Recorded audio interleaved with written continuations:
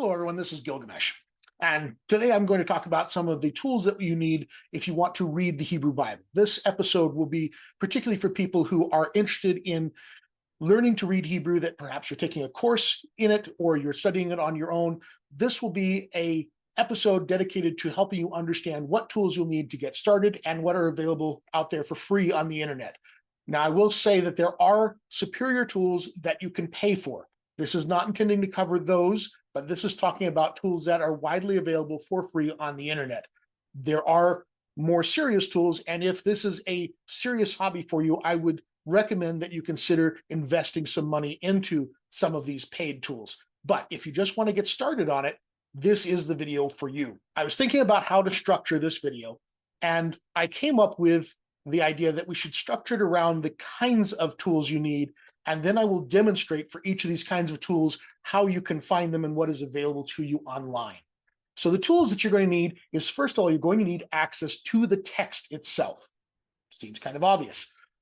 The next thing you're going to need is you're going to need a quality lexicon. Lexicon is how you understand what the words in the text actually mean. And we'll talk about what makes a good lexicon. The other thing you're going to need is a concordance. If you're going to do serious study, you're going to want to find out where particular words are used throughout the body of the text, and that's what a concordance is about. Then you're going to want to understand about morphology. Morphology sounds like a terribly fancy word. All it really means is the way words change as they get conjugated for the various ways that they're used in the sentence, whether that's for male versus female, first person versus third person, plural versus singular, adding prefixes, suffixes. All of that is morphology. One of the things you always have to do with any language is be able to figure out what the base word is, the word that you would look up in the dictionary. And a morphology is about finding that and understanding what are the conditions in the sentence that causes the word to appear in the form that it's in. That's what we mean by morphology. The other thing is you're going to want to be able to take all this information and put it together into an interlinear format, meaning that you can very quickly see with the text all of these various other tools and have it in a way that is easy to access all of that information at once. Now, I want to be clear, we're not talking about forming a crutch here on an interlinear translation, but it is really useful when you get to the point that you wish to do a deep dive on a verse, that you are able to access all of this information easily. The other thing that you're going to want to have access to is a manuscript. And we'll talk about what manuscripts those are, but it's one thing to read the electronic text. It's another thing to really go back to an old handwritten manuscript. And if you're really interested in reading Hebrew, isn't that what you want to do? You want to deal with the old stuff, the stuff that really is thousands of years old, and be able to read directly from that. So you need access to those things.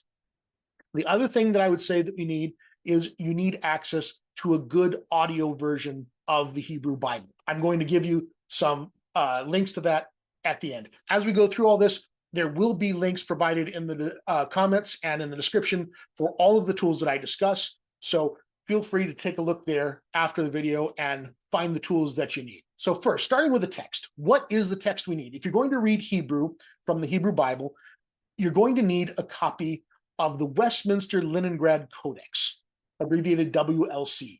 This is a particular version of the Leningrad Codex, which is the oldest complete copy of the Hebrew Bible available. And the Westminster Leningrad Codex is where a particular group, the Westminster Theological University, College, not sure, Westminster, took it and digitized it.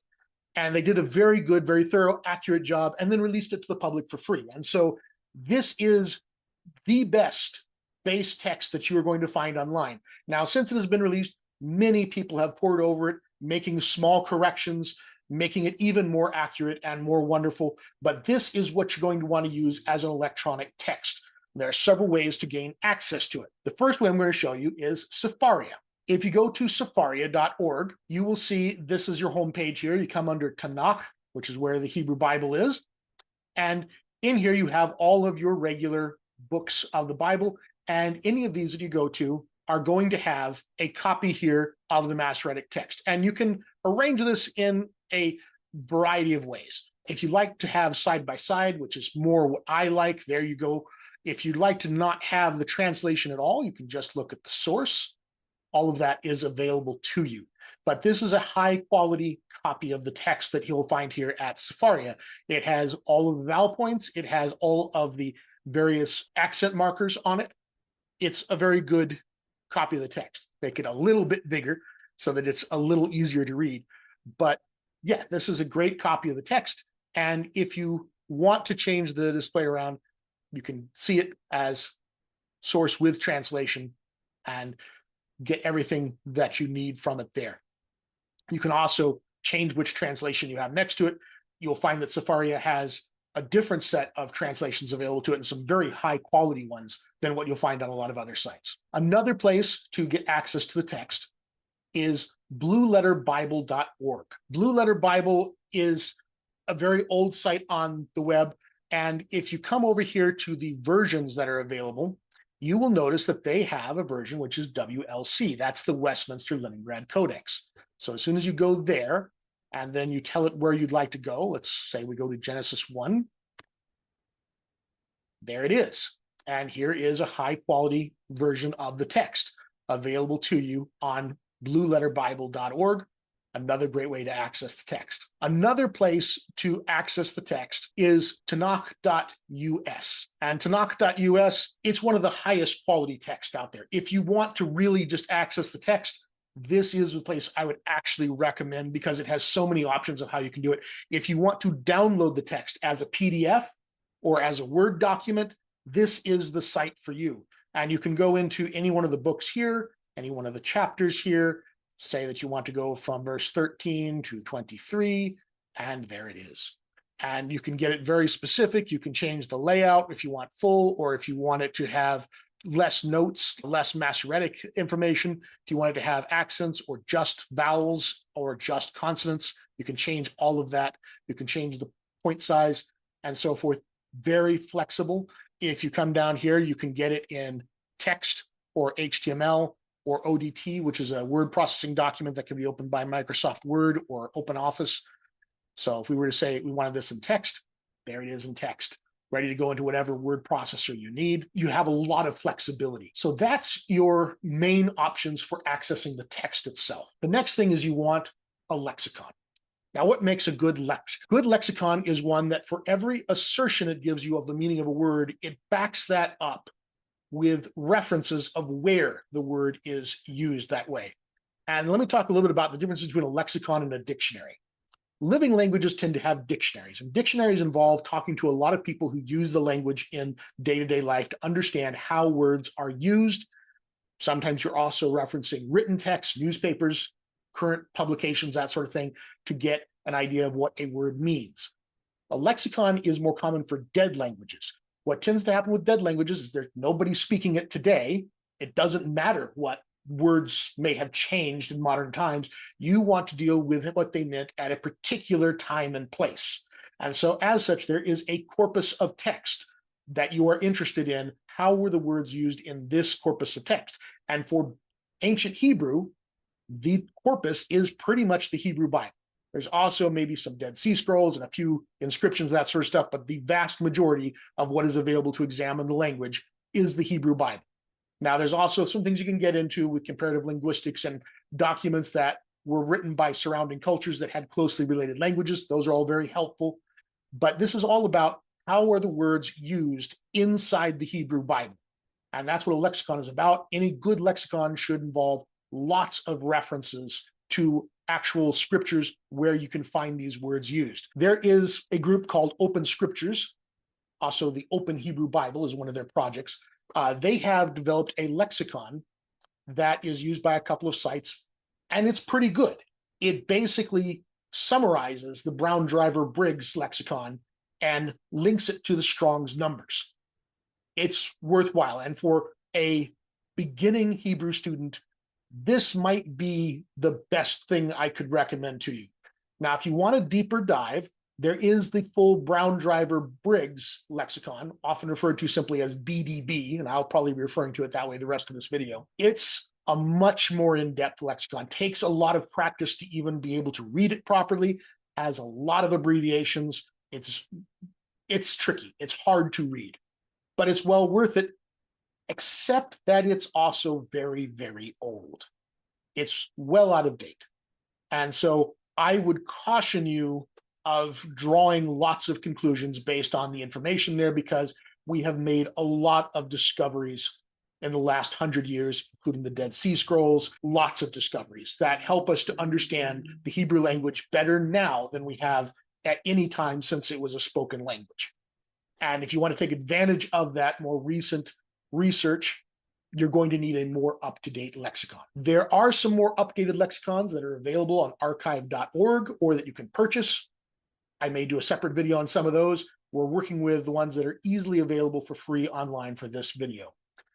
Strong's Concordance is not recommended. Strong's Concordance included a simple lexicon of Hebrew in it, and I've made a full video about Strong's and how it was used if you'd like to reference that. It's not really what you should be using for a lexicon to understand Hebrew.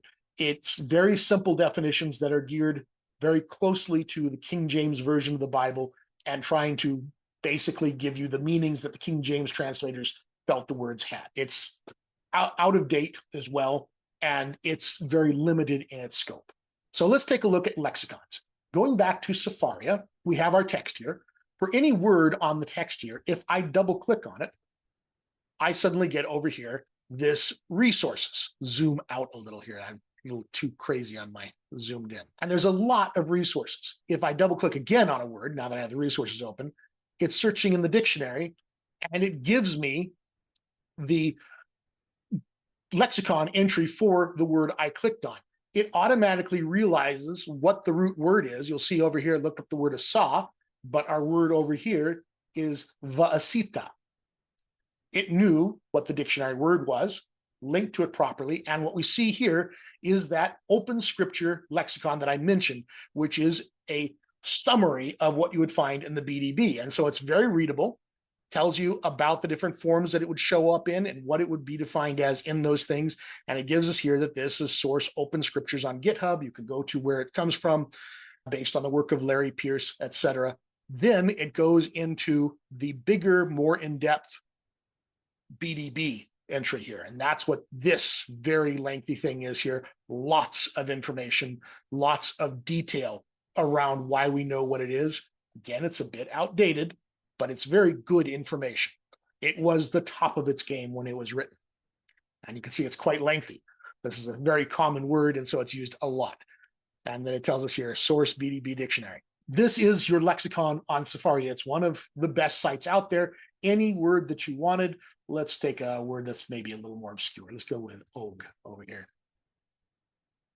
And you can see here, we've got this og, long-necked, the Amorite king of Bashan, and so forth. And then here's the BDB entry on it, where it gives you more detail on it.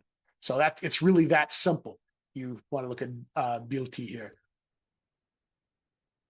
And you can see here, again, we have a nice little summary here, and then more definition down below. Same thing here. You get the idea. So this is your lexicon that you have on Sepharia.org. Now, if we go over to Blue Letter Bible, we have something very similar. As you mouse over each of these words, you see that we've got a little question mark here. Well, let's see. We're in Genesis here. Let's go to Merachafet. Merachafet here, it tells you here's your word, here's your root, here's the Strong's number it's associated with, a very simple English gloss for it. And they're saying moved. Really doesn't tell the whole story with this root. Okay, it's in Hebrew. And we'll get into what this last part is here in a bit. But if we were to click on the Strong's number here, this then gives us the lexicon. And what they give for the lexicon, they give you a transliteration, rachaf, and then a pronunciation over here. Tells us the part of speech, and if there's a root that it comes from. This is a primitive root, meaning that other words come from it. It doesn't really come from anything. And then it tells us what King James translates this word as, and it gives us the results there. And then we have outline of biblical usage. This is that same thing. We have to click it. There we go. Outline of biblical usage was created by Larry Pierce, creator of the online Bible. This is openscriptures.org's lexicon again. Same thing. And then right below it here, we have Strong's definitions, which is from Strong's Concordance. I don't advise relying on this one, but there it is. And then here is the Brown Driver Briggs lexicon, the BDB, and we have the full lexicon entry there. This is a fairly short one, but there it is. Then they also have here scripture index that's mentioned in the lexicon here. So nicely, they've taken all the scriptures referenced in this lexicon and put them here for you where you can easily click on them. Then they have Gesenius's Hebrew Chaldee lexicon in case BDB was too up to date for you. This is an even older lexicon and it's a scanned image. I would ignore this. BDB is more up to date than it, and the electronic version here is probably going to be easier to work with, but it's there. So two places where you can access lexicons there. The next thing we're going to look at is the concordance. This is the ability to search based on a Hebrew word. Ideally, you want to search based on the specific form of a Hebrew word, and you want to see how major translations have rendered that word. That's the ideal. Now, this comes to the saddest part of this video is the site I would like to recommend. I cannot recommend anymore.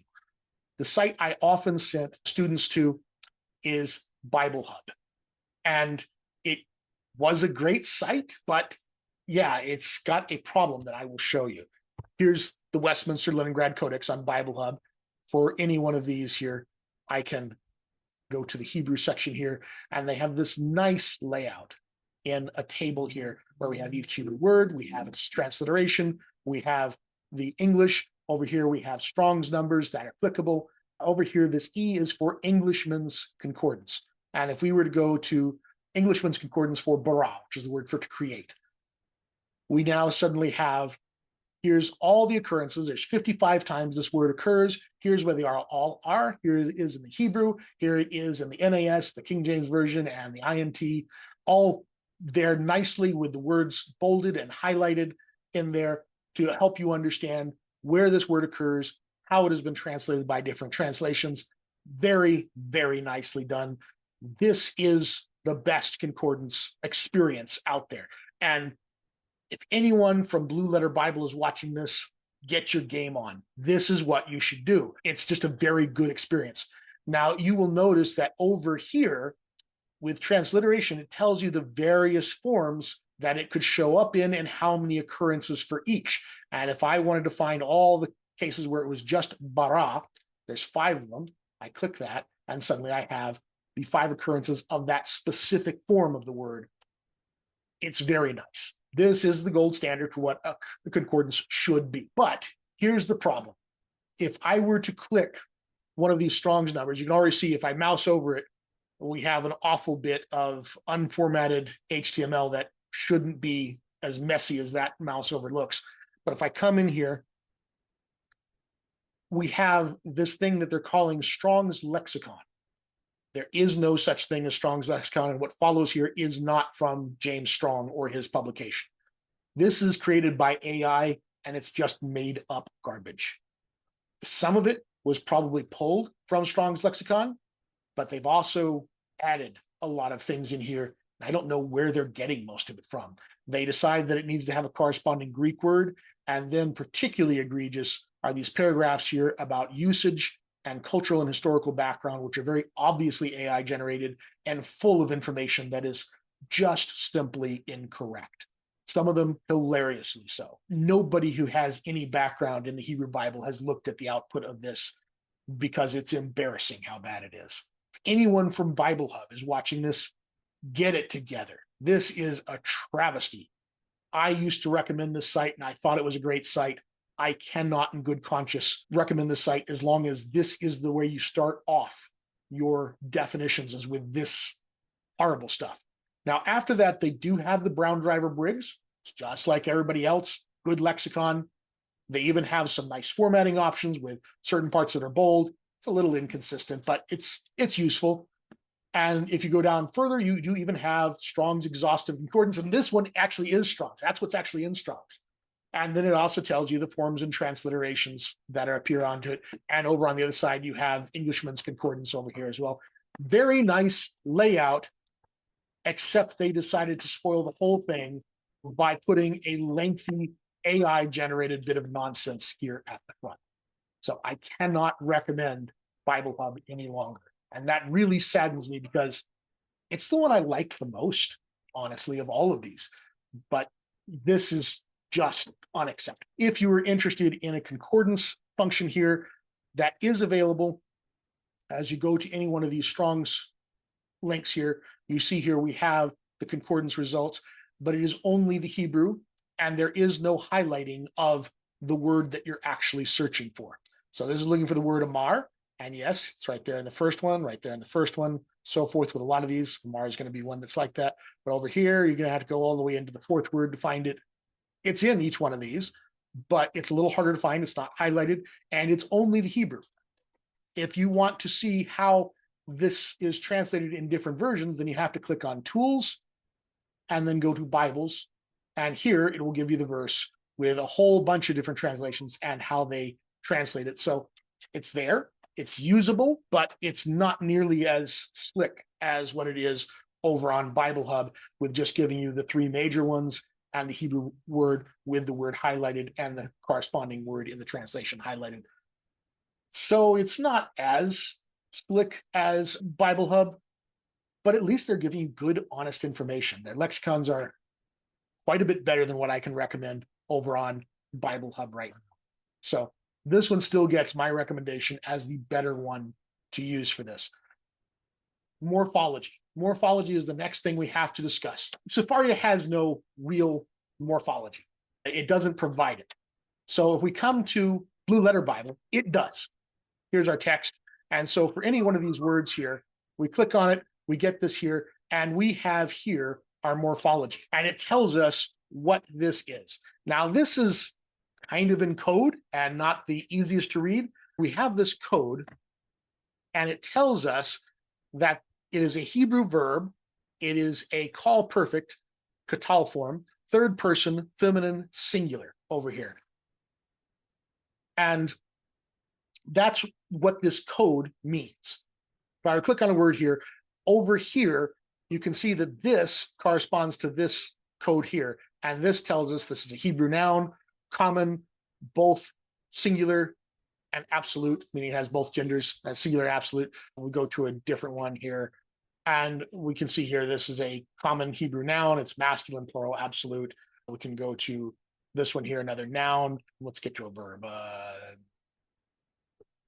Vayikra. Here's a verb, call, sequential, imperfect, third person, masculine, singular. Gives you all that information about it. It up here tells you that the vav is a prefix. So you click on this one, it'll tell you that's a conjunction at the front. Over here, it will tell you about what form that is, that it comes in as yikra rather than the dictionary form of kara. And so you have all of your morphology. That's your morphology. And the morphology here also comes from the Open Scriptures project. And if anybody from Sefaria is listening, I'd be really pleased if you got some morphology into Sefaria. It would be great. There's a complex system of tags. Open Scriptures is the one who tags them. Not all tagging systems agree. This is important to realize, as how these words are parsed is sometimes a little bit subjective in some areas. Some forms look identical to each other. Sometimes people disagree as to what's really happening in the text. It's not as precise as we would like it to be. But morphology, really important as you're learning Hebrew to understand what is the conjugation you're looking at, how to get back to the dictionary word from what you're seeing. All of that is really important as you're learning Hebrew. When I was learning Hebrew, all of this had to be done manually, and it was a lot of work. We have it all set out by computer, and it's much easier to understand what's happening. Now, the next thing is interlinear, and this is where I really liked the Bible Hub, and I'm going to show you Blue Letter Edition because it's the best one. First thing is, don't let it be used as a crutch. It is ideal for a difficult verse when you are checking your work, and it's also good for when you have a verse where you just simply don't know how to go about it. What it should do is it should take each and every word from the verse and line it up with all the information from all the tools we've talked about so far, so that it's all easily accessible and right there on one interface.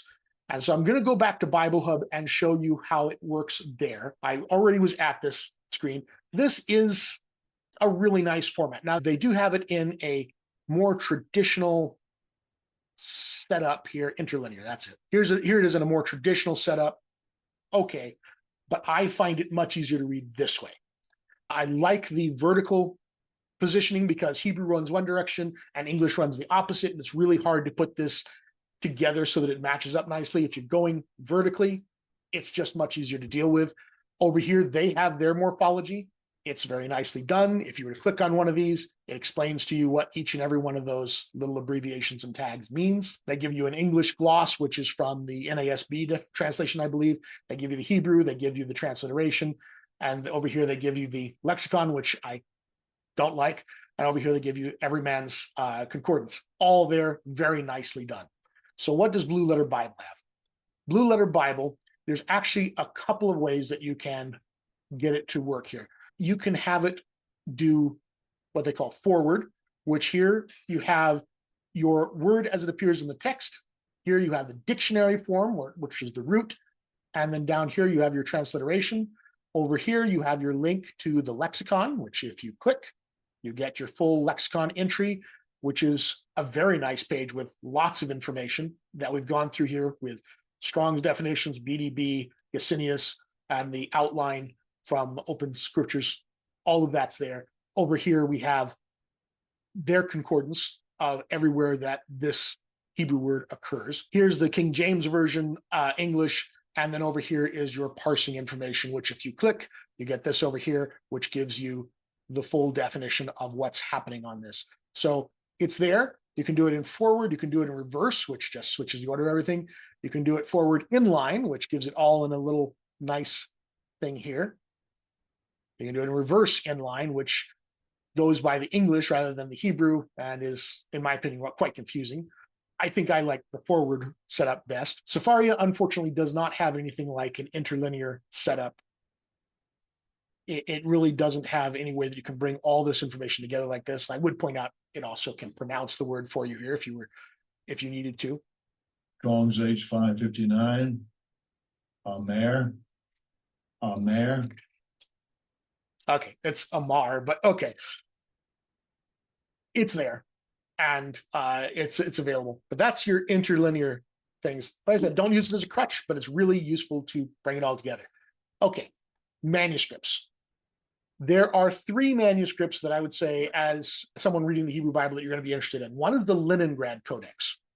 And the Leningrad Codex is the one that the Westminster Leningrad Codex is based off of. It is the oldest complete Hebrew Bible out there.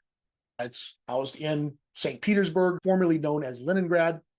It dates to 1050 AD or 1050 CE, and it is the foundation for books like Biblia Hebraica Stuvgradensia. It is the one that scholars turn to, and any modern translation is going to use it as the base for what they're translating from. The Aleppo Codex is actually older. It dates to, I believe, 950 CE, but it was destroyed largely, about a third of it was destroyed in a mob action in Aleppo, Syria in 47, I think it was. And so through a lot of cloak and dagger, it's actually made its way back to Israel. The Torah portion of it was largely destroyed. The rest is mostly intact. It has a special place of symbolic meaning. And for the areas where it exists, it is often preferred over the Leningrad Codex, although that's a little bit of misleading because the Leningrad Codex and the Aleppo Codex were done by the same school of scribes, and they are about as identical as 2 handwritten documents can be. So you're not going to find any significant difference between those 2 documents. And then, of course, the Dead Sea Scrolls, everybody has heard of those. They go back, some of them, like the Great Isaiah Scroll, to about 150 BCE. And so that is huge. When you're going back 1,000 years earlier than our previous earliest copies, obviously that is of great significance. Any of these are readable by somebody who can read Hebrew. The Dead Sea Scrolls will probably take you a bit more practice, but it's still very doable. And so you want access to these actual manuscripts, because isn't that why we learn Hebrew, is to be able to read the cool old stuff. So if you were to come over here back to Safaria, for any verse here, you click on the verse and you come to these resources. And one of the things you'll see here is manuscripts. And if we click on the manuscripts, there's the manuscript. And we click it.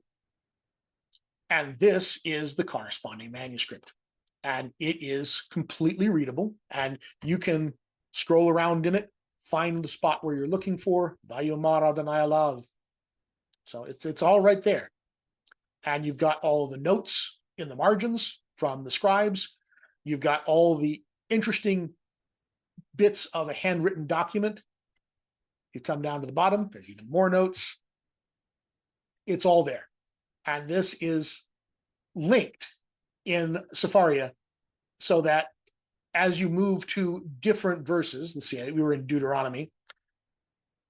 Let's go ahead and go to a different book entirely. Go to the Tanakh, and we'll go to let's go to Joshua and say chapter 1. And for one of these here, we'll double click this. We get our resources, and we come over here and we go to manuscripts, and we go to the Leningrad Codex, and here we are at Joshua. I believe right there in the middle. Yotze Yeshua et Shotre Ha'am Lemor. This is the book of Joshua here that you can read straight from the oldest copies we have. And it's fascinating. So if you're going to want to look at the Aleppo Codex, the site you're going to want to go to is aleppocodex.org. I'll put a link for it in the description. And this is what you get here. And this is the Aleppo Codex. And we can zoom this around and go to different pages. This is what it looks like. We can zoom in and see it in some detail. Now, after you've done looking at the Aleppo Codex, you're going to want to be able to look at the Dead Sea Scrolls. deadseascrolls.org.il is where you can find all of those.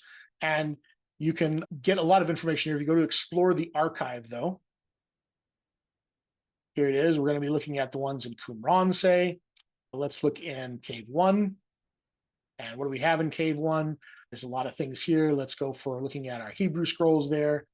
And let's look at the ones that are actually scriptural scrolls. Let's go for Hellenistic Roman. There's 10 of those. And there's 1Q Deuteronomy. It's all here. And so if we wanted to look at any of these, some of these are done in grayscale so that they're much easier to read. And yeah, you can read these if you can read Hebrew. It takes a little bit to get used to the handwriting. I will make a different video, particularly about reading the Dead Sea Scrolls, but it's there, it's available. And so you can get access to this for free. The other thing that you want is access to an audio Bible of the Hebrew Bible being read in Hebrew by somebody who is good at that. And so there are 3 to know about. The first one is Avraham Shmulov. He's a very fascinating guy. He grew up as an ultra-Orthodox Jewish guy living in Mea Shearim, which is one of the most Orthodox communities in Jerusalem. And he wound up being an Orthodox priest. So yeah, he wound up converting to Christianity and became a priest in the Orthodox tradition. And his stuff is actually posted on an Orthodox Jewish site. That's the place you get it. The other one that we'll look at is Omer Frenkel. He is an Israeli radio announcer and just a beautiful voice. And the last one we'll talk about is Pocket Torah, which is done with the traditional cantillation. It is just the 5 books of Moses, but it's done by volunteers, but it's quite useful if you are interested in hearing the cantillation of the Torah. So starting with Avraham Shmulov's, here they are here. The site is machonmamre.org. They have it nicely divided up by chapters. And so if we were going to take Genesis 1, just start at the beginning here. Hamisha Khumshe Torah, Sefer Bereshit, Parashat Bereshit. Bereshit bara Elohim et hashamayim ve'et ha'aretz. Okay, there's our first verse of the Bible. And that's what it sounds like throughout. He does not try and use cantillation or anything like that. He just speaks very clearly in a Sephardic accent and reads it right off to you. Now, over here, בראשית פרק א' בראשית ברא אלוהים את השמיים ואת הארץ, והארץ הייתה תוהו ובוהו. that is Omar Frenkel. I could listen to him all day. He's got just this marvelous voice. Very, very much a radio announcer. and his stuff is great. You can find it on SoundCloud. He was part of a project called Project 929 that basically just had him read the entire Tanakh. It's all there for free on SoundCloud. So yeah, if you want a really great voice reading this stuff, his work is excellent there, and I can't recommend it highly enough. Little less convenient in some ways than the ones over on Menachem Mamre, but still quite useful. Now, the last one I'll show you is if you're in Sefaria itself, we come back to resources on anything here, and let's just go ahead and keep our theme going and go with Genesis 1. If we come to Genesis 1, we come over here on resources, you can see here Torah readings. This is from Pocket Torah. This is volunteers that are using traditional cantillation to read the various parts. So let's hear it. Bereshit bara Elohim et hashamayim v'et haaretz.